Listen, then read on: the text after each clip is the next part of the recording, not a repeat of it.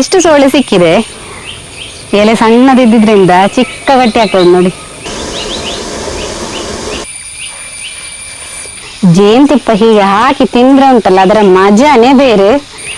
ವರ್ಷಕ್ಕೆ ಒಮ್ಮೆ ಆದ್ರೂ ಉಂಟಲ್ಲ ಈ ಹಲಸಿನ ಹಣ್ಣನ್ನು ತಿಂದೇ ಇದ್ರೆ ನಮ್ಗೆ ಆ ವರ್ಷ ಫುಲ್ ವೇಸ್ಟ್ ಅಂತಲೇ ಅನಿಸ್ತದೆ.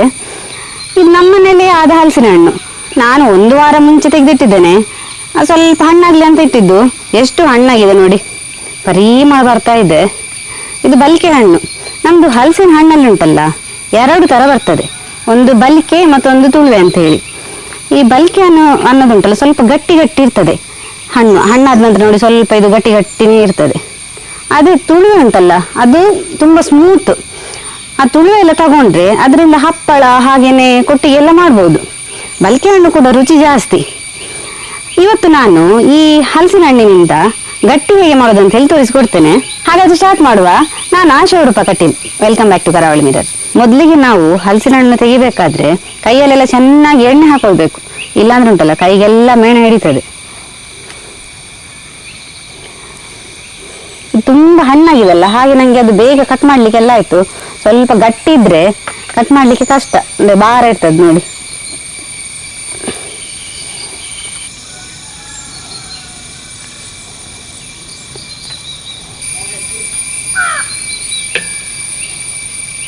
ಈ ಹಲಸಿನ ಹಣ್ಣಲ್ಲಿ ಏನು ವೇಸ್ಟ್ ಅಂತ ಇಲ್ಲ ನೋಡಿ. ಇದು ನಾವು ಇದರ ಎಸಳನ್ನು ತೆಗೆದ್ವಿ, ಎಸಳು ನಮಗೆ ಯೂಸಿಗೆ. ಹಾಗೇನೆ ಇದರ ಬೀಜ ಕೂಡ ಪದಾರ್ಥ ಎಲ್ಲ ಮಾಡ್ಲಿಕ್ಕೆ ಆಗ್ತದೆ. ಹಾಗೇನೆ ಉಳಿದದ್ದು ಪೋರ್ಷನ್ ಇದೆಲ್ಲ ದನಕ್ಕೆ, ನಮ್ಮ ಮನೇಲಿ ದನ ಉಂಟು ಅದಕ್ಕೆ ಕೂಡ ಹಾಕ್ಲಿಕ್ಕೆ ಆಗ್ತದೆ. ಹಾಗೆ ಈ ಹಲಸಿನಲ್ಲಿ ಏನು ವೇಸ್ಟ್ ಅಂತಲೇ ಇಲ್ಲ, ಎಲ್ಲ ಯೂಸ್ ಆಗುವಂತಹ ಐಟಮ್ಸ್. ಇಷ್ಟು ಸೋಳೆ ಸಿಕ್ಕಿದೆ. ಇನ್ನು ನಾವು ಇದನ್ನ ರುಬ್ಬಿಕೊಳ್ಳಿಕ್ಕಿದೆ. ರುಬ್ಬಿಕೊಳ್ಳುವ ಮೊದಲು ಇದನ್ನು ಚಿಕ್ಕದಾಗಿ ಕಟ್ ಮಾಡಿಕೊಳ್ಬೇಕು. ಮೊದಲಿಗೆ ನಾವು ಮಿಶ್ರಣವನ್ನು ರೆಡಿ ಮಾಡಿಕೊಳ್ಬೇಕು. ಅದಕ್ಕೆ ನಾನು ಇಲ್ಲಿ ದೋಸೆ ಅಕ್ಕಿಯನ್ನು ತಗೊಂಡಿದ್ದೇನೆ. ಇದು ನಿನ್ನೆ ನೆನೆಸಿಟ್ಟಿರುವಂತಹದ್ದು. 1 ರಾತ್ರಿ ಫುಲ್ ನೆನೆಸಿಟ್ಟು ಇವತ್ತಿದನ್ನು ಚೆನ್ನಾಗಿ ತಗೊಂಡು ಬಂದಿದ್ದೇನೆ. ಇದರಲ್ಲಿ 2 ಲೋಟ ಅಕ್ಕಿ ಇದೆ. ಇದೀಗ ರುಬ್ಬಿಕೊಳ್ಳಿಕ್ಕೆ ಹಾಕಿಕೊಳ್ಬೇಕು. ಅದರ ಜೊತೆಗೆ ಒಂದು ಅರ್ಧ ಕಡಿ ತೆಂಗಿನಕಾಯಿಯನ್ನು ನಾನಿಲ್ಲಿ ಪೆರೆಸಿಟ್ಟಿದ್ದೇನೆ. ಇದನ್ನ ಒಟ್ಟಿಗೆ ಹಾಕಿಕೊಳ್ಬೇಕು. ಹಾಗೆ ನಾವು 1 ಕಪ್ ಬೆಲ್ಲ ಹಾಕೊಳ್ತಾ ಇದ್ದೇನೆ. ನಮಗೆ ತುಂಬಾ ಸ್ವೀಟ್ ಬೇಕಂತ ಹೇಳಿ ಆದ್ರೆ ಇಷ್ಟು ಬೆಲ್ಲ ತಗೋಬೇಕು, ಅಥವಾ ಸ್ವಲ್ಪ ಮೀಡಿಯಂ ಇರ್ಲಿ ಅಂತ ಹೇಳಿದ್ರೆ ಅರ್ಧ ಕಪ್ ತಗೊಂಡ್ರೆ ಕೂಡ ಸಾಕಾಗ್ತದೆ. ಹಲಸಿನಕಾಯಿ ಸೋಳೆಯನ್ನು ಕೂಡ ಒಟ್ಟಿಗೆ ಹಾಕಿ ರುಬ್ಬಿಕೊಳ್ಬೇಕು. ನಾನಿಲ್ಲಿ 2 ರೌಂಡ್ ರುಬ್ಬಿಕೊಳ್ತೇನೆ. ಅಂದ್ರೆ ಒಟ್ಟಿಗೆ ನಾವು ಎಷ್ಟೆಷ್ಟು ಪ್ರಮಾಣ ಬೇಕಂತ ಹೇಳಿ ನೋಡಿ ರುಬ್ಬಿಕೊಳ್ಳುವಂಥದ್ದು. ನೀರು ಇಲ್ಲಿ ಎಷ್ಟು ಬೇಕು ಅಷ್ಟು ಹಾಕಿಕೊಂಡು ರುಬ್ಬಿಕೊಂಡ್ರೆ ಆಯ್ತು. ಆದ್ರೆ ನಮಗೆ ಗಟ್ಟಿ ಇರಬೇಕು ಮಿಶ್ರಣ. ತುಂಬಾ ನೀರಾದ್ರೆ ಎಲೆಯಲ್ಲಿ ಓಡ್ತದೆ. ನೋಡಿಕೊಂಡು ಹಾಕೊಂಡ್ರೆ ಆಯ್ತು. ಇಷ್ಟು ನೈಸ್ ಆಗಿ ರುಬ್ಬಿಕೊಳ್ಬೇಕು. ತುಂಬಾ ತರಿತರಿನೂ ಬೇಡ, ತುಂಬಾ ನೀರು ಕೂಡ ಆಗೋದು ಬೇಡ. ರುಚಿಗೆ ತಕ್ಕಷ್ಟು ಉಪ್ಪು ಬೆರೆಸಿಕೊಳ್ಳುವ. ಹಾಗೇನೆ ಒಂದು 8 ರಿಂದ 10 ಏಲಕ್ಕಿಯನ್ನ ಮಿಕ್ಸ್ ಮಾಡಿಕೊಳ್ಳುವ. ಇಡೀ ಏಲಕ್ಕಿಯನ್ನು ಹಾಕ್ತಾ ಇದ್ದೇನೆ, ಇದು ಸ್ವಲ್ಪ ಫ್ಲೇವರಿಗೆ. ಇನ್ನು ಇದಕ್ಕೆ ನಾವು ಚಿಕ್ಕದಾಗಿ ಕಟ್ ಮಾಡಿಕೊಂಡಂತಹ ಒಣ ಕೊಬ್ಬರಿಯನ್ನು ಹಾಕಿಕೊಳ್ತಾ ಇದ್ದೇನೆ. ಇದು ನಮ್ಗೆ ಬೆಂದಾಗ ಒಳ್ಳೆ ಟೇಸ್ಟ್ ಬರ್ತದೆ.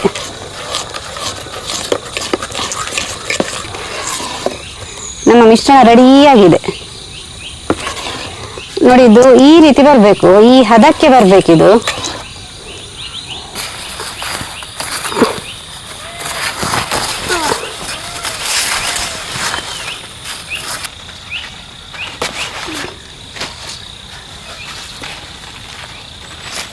ನೋಡಿ ಇಷ್ಟು ನಾನು ತೇಗದ ಎಲೆನ ತಗೊಂಡಿದ್ದೇನೆ.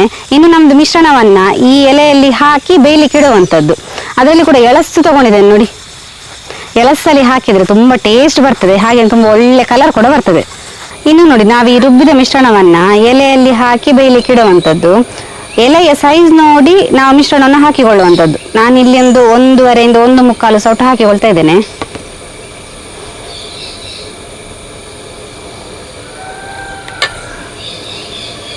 ಇದನ್ನು ನೋಡಿ ಹೀಗೆ 2 ಸೈಡಲ್ಲಿ ಮಡಚಿಕೊಂಡು ಲಾಕ್ ಮಾಡಿ ಅದನ್ನು ಬೇಯಲಿಕ್ಕೆ ಇಡುವಂಥದ್ದು.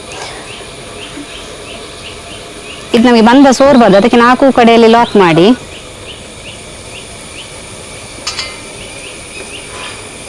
ಹಬೆ ಹೋಗ್ಲಿಕ್ಕೆ ನಾವು ಜಾಗ ಇಡಬೇಕು. ಆ ಥರ ಮಧ್ಯದಲ್ಲಿ ಓಪನ್ ಇರೋ ಥರ ಇಡ್ತಾ ಹೋಗ್ಬೇಕು.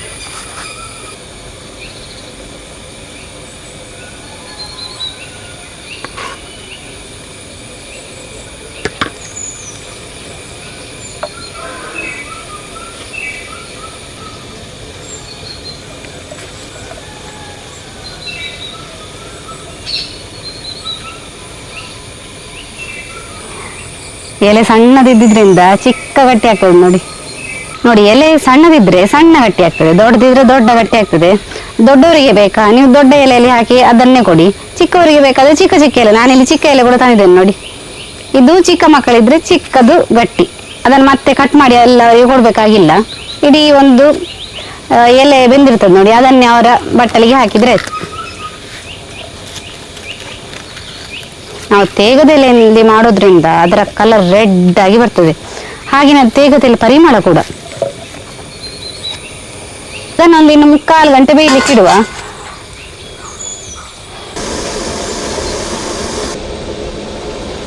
ನೋಡಿ, 3/4 ಗಂಟೆಗಳ ಕಾಲ ಚೆನ್ನಾಗಿ ಇದು ಬೆಂದಿದೆ. ಇನ್ನು ಇದನ್ನು ನಾವು ತೆಗೆಯುವ. ಹೇಗೆ ಆಗಿದೆ ನೋಡಿ, ಕಲರ್ ಕೆಂಪಾಗಿದೆ.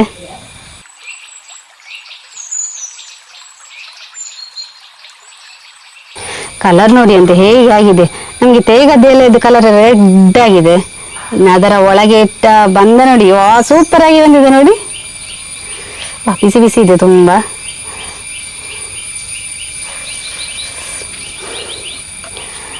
ನಾವು ಎಳಸು ತಗೊಂಡ್ರೆ ಉಂಟಲ್ಲ, ಅದು ಒಳ್ಳೆ ಕಲರ್ ಬರ್ತದೆ, ಹಾಗೇನೆ ಪರಿಮಳ ಕೂಡ ಬರ್ತಾ ಉಂಟು.